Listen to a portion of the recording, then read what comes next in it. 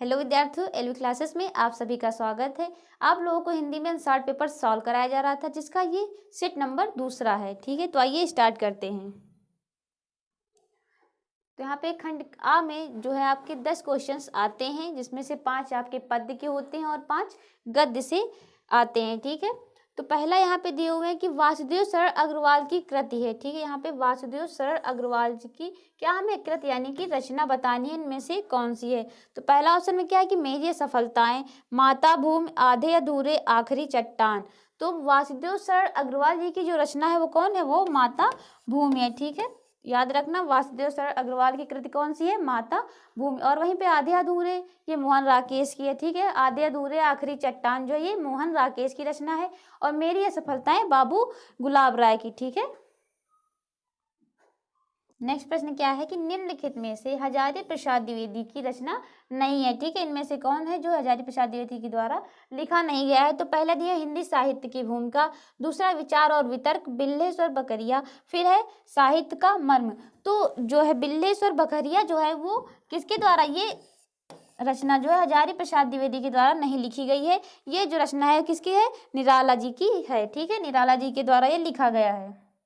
Next यहाँ निम्नलिखित में से प्रोफेसर जी सुंदर रेड्डी की रचना है। ठीक है, यहाँ पे बताना है कि प्रोफेसर जी सुंदर रेड्डी की इनमें से कौन सी रचना है। तो प्रोफेसर जी सुंदर रेड्डी की जो रचना है वो कौन सी हो जाएगी, मेरे विचार। ठीक है, ये इनके द्वारा लिखा गया है। और सूरज का सातवां घोड़ा जो है वो किसके द्वारा लिखा गया है, धर्मवीर भारती के द्वारा। ठीक है,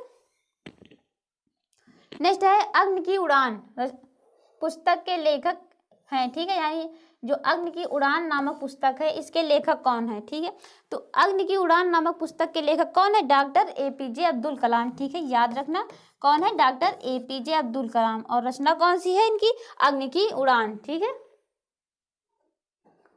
नेक्स्ट है फणीश्वर नाथ रेणु की कृति ठुमरी किस विधा पर आधारित है। यानी जो फणीश्वर नाथ रेणु के द्वारा रचना है कौन सी, ठुमरी, इसकी विधा में बतानी है कौन सी है विधा में ये लिखा गया है। तो ठुमरी जो है वो कहानी विधा है। ठीक है, याद रखना क्या है, कहानी विधा है। ठीक है, ठुमरी की। नेक्स्ट क्या है, रस कलश किसकी रचना है। तो रस कलश रचना जो है वो किसके द्वारा लिखा गया है। तो रस कलश रचना जो है वो अयोध्या सिंह उपाध्याय हरिऔध के द्वारा लिखा गया। ठीक है, याद रखना। नेक्स्ट है मैथिली शरण गुप्त की महाकाव्यात्मक कृति है। यहाँ पे हमें बताना है कि जो मैथिली शरण गुप्त जी हैं इनमें से जो महाकाव्यात्मक कृति इनमें से कौन सी है। तो जो मैथिली शरण गुप्त की जो महाकाव्यात्मक कृति है वो हो जाएगा साकेत। ठीक है, साकेत जो है मैथिली शरण गुप्त का महाकाव्य है।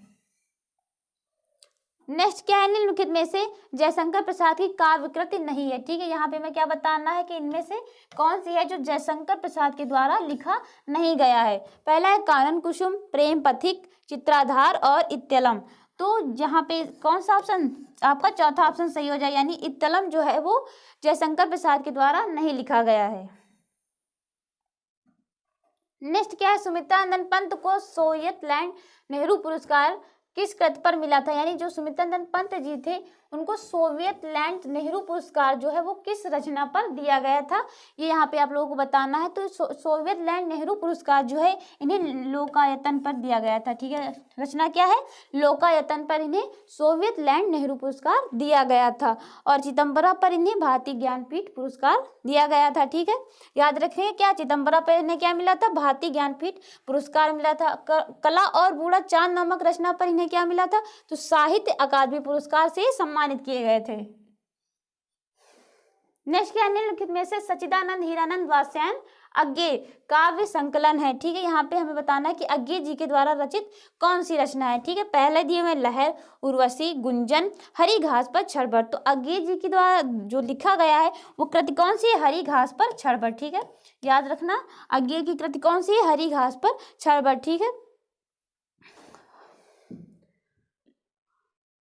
उसके बाद गद्यांश आ जाता है। तो इसमें क्या है, गद्यांश का हमें क्या बताना है, प्रश्नों के उत्तर देने हैं। तो सबसे पहले क्या करेंगे, प्रश्नों को पढ़ लेंगे कि प्रश्न कौन कौन से पूछ रहे हैं। तो पहला प्रश्न क्या है कि भूमि का निर्माण किसने किया और वह कब से है, ठीक है। दूसरा क्या है कि यह पृथ्वी सच्चे अर्थों में किसकी जननी है, ये दूसरा प्रश्न है। तीसरा प्रश्न क्या है कि पार्थिव और अद्योपांत शब्दों का अर्थ स्पष्ट कीजिए, यानी कि हमें क्या अर्थ बताना है। और फिर क्या, रेखांकित अंश की व्याख्या करनी है। और पांचवा क्या होता है, गद्यांश एवं पाठ शीर्षक और लेखक का नाम बताना रहता है, ठीक है। तो गद्यांश पढ़ लेते हैं। अब पहला गद्यांश पढ़ लेते हैं। तो क्या है कि भूमि का निर्माण देवों ने किया है, ठीक है। क्या है, भूमि का निर्माण किसने किया है, देवों ने किया है। वह अनंत काल से है, ठीक है, वह अनंत काल से है। उसके भौतिक रूप और सौंदर्य और समृद्धि के प्रति सचेत होना, ठीक है, क्या है, उसके प्रति हमें क्या, सचेत होना हमारा आवश्यक कर्तव्य है। फिर क्या कह रहा है कि भूमि के पार्थिव स्वरूप के प्रति हम जितने अधिक जागृत होंगे, ठीक है, यानी भूमि के पार्थिव शरीर के, यानी जो भूमि के पार्थिव स्वरूप के प्रति हम जितने अधिक जागृत होंगे उतने ही हमारी क्या, राष्ट्रीयता बलवती होगी, यानी कि बलवान हो सकेगी, ठीक है। फिर क्या है, यह पृथ्वी सच्चे अर्थों में समस्त राष्ट्रीय विचारधाराओं की क्या है, जननी है, ठीक है, क्या है, जननी है। फिर क्या है कि जो राष्ट्रीयता पृथ्वी के साथ नहीं जुड़ी हुई वह निर्मूल होती है, ठीक है, उसका कोई आधार नहीं होता है। फिर है कि राष्ट्रीयता की जड़ें पृथ्वी में जितनी गहरी होंगी उतनी ही राष्ट्रीय भावना का अंकुर पल्लवित होगा, ठीक है। फिर क्या कह रहा है कि इसलिए पृथ्वी के भौतिक स्वरूप की अद्योपांत जानकारी, ठीक है, क्या है, अद्योपांत जानकारी प्राप्त करना और उसकी सुंदरता, उपयोगिता और महिमा को पहचानना आवश्यक धर्म है, ठीक है। ये इसका गद्यांश है, ठीक है। प्रश्नों के उत्तर देख लेते हैं। तो पहला प्रश्न क्या पूछ रहे थे कि भूमि का निर्माण किसने किया और वह कब से है, ठीक है, ये आपका पहला प्रश्न था। और इसका उत्तर क्या हो जाएगा कि भूमि का निर्माण देवताओं ने किया और यह अनंत काल से, अर्थात यह सदियों से चला आ रहा है। और यहाँ पे गद्यांश में देख लेते हैं तो क्या हो जाएगा, भूमि का निर्माण देवताओं ने किया है, ठीक है। ये यहाँ पे इसका पहले प्रश्न का उत्तर आप लोगों को मिल जाएगा। और वह क्या है, अनंत काल से चला आ रहा था, ये इसका पहले प्रश्न का उत्तर हो जाएगा। दूसरा क्या है कि यह पृथ्वी सच्चे अर्थों में किसकी जननी है, तो यह पृथ्वी सच्चे अर्थों में समस्त राष्ट्रीय विचारधाराओं की जननी है, ठीक है, अर्थात हमारी सभी विचारधाराओं का जन्म पृथ्वी से ही होता है। ये इस प्रश्न का उत्तर हो जाएगा। अगर गद्यांश में देखें तो गद्यांश में कहाँ पे हो जाएगा इसका आंसर, इसका आंसर क्या हो जाएगा, यहाँ देखिए, यहाँ पे लिखा है यह पृथ्वी सच्चे अर्थों में समस्त राष्ट्रीय विचारधाराओं की जननी है, यानी कि जो दूसरा प्रश्न है उसका उत्तर आप लोगों को यहाँ पे देखने को मिल सकता है, यहाँ पे लिखा हुआ है, ठीक है। नेक्स्ट क्या है, पार्थिव और अद्योपांत शब्द का अर्थ स्पष्ट कीजिए, ठीक है।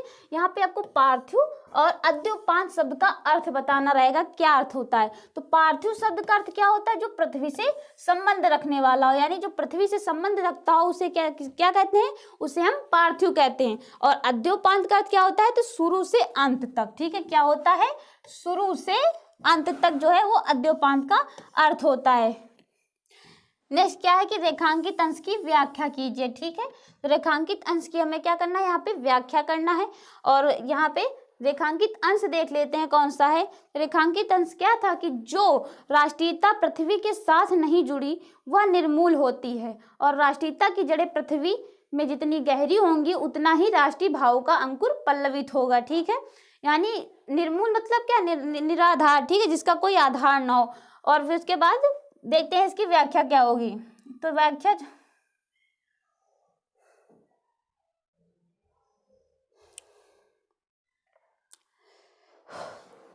तो इसकी व्याख्या क्या हो जाएगी, कवि कहना चाहता है कि, यानी जो कवि कहता है या फिर कवि कहना चाहता है कि किसी भी राष्ट्र की जो राष्ट्रीयता की जड़ें होती हैं जितनी अधिक क्या होती है, पृथ्वी से जुड़ी होंगी, यानी पृथ्वी यानी कि धरती से जितनी क्या होंगी, जुड़ी होंगी, उस राष्ट्र की राष्ट्रीयता की भावनाओं का जो अंकुर है यानी कि जो बीज है उतना ही क्या होगा, अधिक फलेगा और फूलेगा।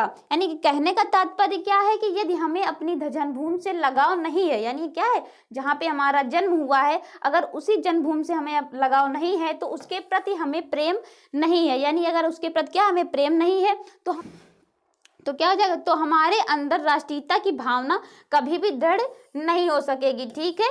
और फिर क्या कह रहा है कि अतः हमें अपने देश की धरती से प्रेम करना चाहिए, ठीक है। क्या करना चाहिए, हमें अपनी देश की धरती से क्या करना चाहिए, प्रेम करना चाहिए, ठीक है। ये इसका व्याख्या हो जाएगा। नेक्स्ट प्रश्न क्या आता है कि उपरोक्त गद्यांश के पाठ एवं शीर्षक उसके लेखक का बताना है, ठीक है। यानी जो गद्यांश था उसमें क्या है, शीर्षक कहाँ से लिया गया है और उसके लेखक कौन है ये बताना रहता है। तो जो शीर्षक था वो कहाँ से, राष्ट्र का स्वरूप नामक शीर्षक जो है था, और इसके लेखक कौन थे, डॉक्टर वासुदेव शरण अग्रवाल। यानी कि जो राष्ट्र का स्वरूप नामक पाठ से क्या था, ये लिया गया था। कि अथवा वाला गद्यांश भी देख लेते हैं। तो सबसे पहले क्या करेंगे, प्रश्नों को पढ़ लेंगे, कौन कौन से प्रश्नों के उत्तर हमें देने हैं, ठीक है। पहला प्रश्न क्या है, भगवान बुद्ध ने मार विजय के बाद क्या किया, ठीक है, ये हमारा पहला प्रश्न है। दूसरा क्या है कि बोधिसत्वों का शिरोमणि कौन बन गया और स्पष्ट कीजिए, ठीक है, ये दूसरा प्रश्न है इसका। फिर तीसरा क्या है कि बोधिसत्व और अभिसार शब्दों का अर्थ स्पष्ट करना है, ठीक है। और फिर उसके बाद चौथा क्या आता है कि रेखांकित अंश की व्याख्या कीजिए और उपरोक्त गद्यांश के पाठ शीर्षक और लेखक का नाम बताना रहता है, ठीक है। ये आपके प्रश्न है, ठीक है। उसके बाद अब गद्यांश पढ़ लेते हैं। तो गद्यांश क्या है कि भगवान बुद्ध ने मार विजय के बाद वैरागियों की पलटन खड़ी कर दी थी, ठीक है। क्या किया था कि भगवान बुद्ध ने मार विजय के बाद वैरागियों की क्या पलटन खड़ी कर दी थी। फिर क्या कि असल में मार मदन का भी नामांतर है, कैसा मधुर और मोहक साहित्य उन्होंने दिया है। फिर क्या कह रहा कि पर न जाने कब यक्षों के वज्रपाणि नामक देवता, कौन देवता, वज्रपाणि नामक देवता इस वैराग्य प्रणय धर्म में घुसे और बोधिसत्वों के शिरोमणि बन गए, ठीक है। और फिर क्या है कि वज्रयान का अपूर्व धर्म मार्ग प्रचलित हुआ, ठीक है। क्या हो गया कि वज्रयान जो है उसका अपूर्व धर्म मार्ग प्रचलित हुआ। फिर क्या कह रहा है कि त्रिरत्नों में मदन, क्या हो गया, त्रिरत्नों में मदन क्या हुआ, देवता ने आसन पाया, ठीक है। क्या मदन देवता ने क्या पाया, आसन पाया। फिर कह रहा है कि वह एक अजीब आंधी थी, क्या थी, वह एक अजीब आंधी थी, इसमें बौद्ध बह गए, जिसमें क्या होता है, इसमें बौद्ध बह गए, शैव बह गए, और फिर क्या बह गए, शाक्त बह गए। और फिर क्या कह रहा कि उन दिनों श्री सुंदरी साधन तत्परिणाम योगस्य भोगस्य करस्थ एवं की क्या हुई, महिमा प्रतिष्ठित हुई या स्थापित हुई, ठीक है। फिर है कि काव्य और शिल्प के मोहक अशोक ने क्या किया, अभिचार में सहायता दी, ठीक है। ये इसका गद्यांश था। और हमें जो है रेखांकित अंश किसकी व्याख्या करनी थी, ये इसका हमें क्या है, व्याख्या बतानी थी। तो पहला प्रश्न यहाँ पे क्या हो जाएगा कि भगवान बुद्ध ने मार विजय के बाद क्या किया, ठीक है। तो भगवान बुद्ध ने मार विजय के बाद क्या किया कि वैरागियों की पलटन खड़ी कर दी थी, ठीक है। इसका उत्तर ये हो जाएगा, गद्यांश में देखेंगे तो पहली लाइन में इसका उत्तर मिल जाएगा कि भगवान बुद्ध ने मार विजय के बाद क्या किया था, वैरागियों की पलटन खड़ी कर दी थी, ये इसका उत्तर हो जाएगा। और दूसरा प्रश्न क्या था कि बोधिसत्वों का शिरोमणि कौन बन गया और स्पष्ट कीजिए। तो बोधिसत्वों का जो शिरोमणि यक्षों का वज्रपाणि नामक देवता बन गया था, कौन बन गया, यक्षों का वज्रपाणि नामक देवता बन गया था। अगर गद्यांश में देखेंगे तो कहाँ मिल जाएगा आपको, ये यक्षों के वज्रपाणि नामक देवता, ठीक है। यहाँ पे आपका आंसर मिल जाएगा। नेक्स्ट क्या था कि बोधिसत्व और अभिसार शब्दों का अर्थ स्पष्ट कीजिए। यानी कि बोधिसत्व जो है, बोधिसत्व किसे कहते हैं और अभिसार शब्द जो है इसका हमें क्या अर्थ बताना था। तो बोधिसत्व का अर्थ क्या होता है, बुद्धत्व प्राप्त करने का अधिकारी, ठीक है, याद रखना। बोधिसत्व शब्द जो है इसका अर्थ क्या होता है, बुद्धत्व प्राप्त करने का अधिकारी। अगर वहीं पे बात करें अभिसार, यानी कि अभिसार का अर्थ क्या होता है, तो अभिसार का अर्थ जो होता है वो होता है आगे बढ़ना, ठीक है। आगे बढ़ना जो है वो अभिसार का अर्थ हो जाएगा। नेक्स्ट प्रश्न क्या था कि रेखांकित अंश की व्याख्या कीजिए, ठीक है। तो यहाँ पे हमें रेखांकित अंश की व्याख्या करना था, यानी कि किसकी व्याख्या करनी थी, तो हमें यहाँ पे इसका व्याख्या करना था कि श्री सुंदरी साधनम तत्परिणाम योगस्य भोगस्य करस्थ योगी महिमा प्रतिष्ठित हुई, ये यहाँ पे रेखांकित अंश था, इसकी हमें व्याख्या करनी थी। तो इसका व्याख्या क्या हो जाएगी, तो इसकी व्याख्या हो जाएगी कि प्रस्तुत पंक्तियों का अभिप्राय है कि काम देवता के समय एक आंधी चली, ठीक है। काम देवता मदन, जो वहां पे लिखा हुआ था मदन, मदन मतलब क्या होता है, वो काम देवता का ही उदाहरण, यानी काम देवता को भी मदन कहते हैं, ठीक है। यानी काम देवता के समय एक आंधी चली जिसमें क्या है, बौद्ध, शैव और शाक्त जो है वो क्या हो गए, बह गए।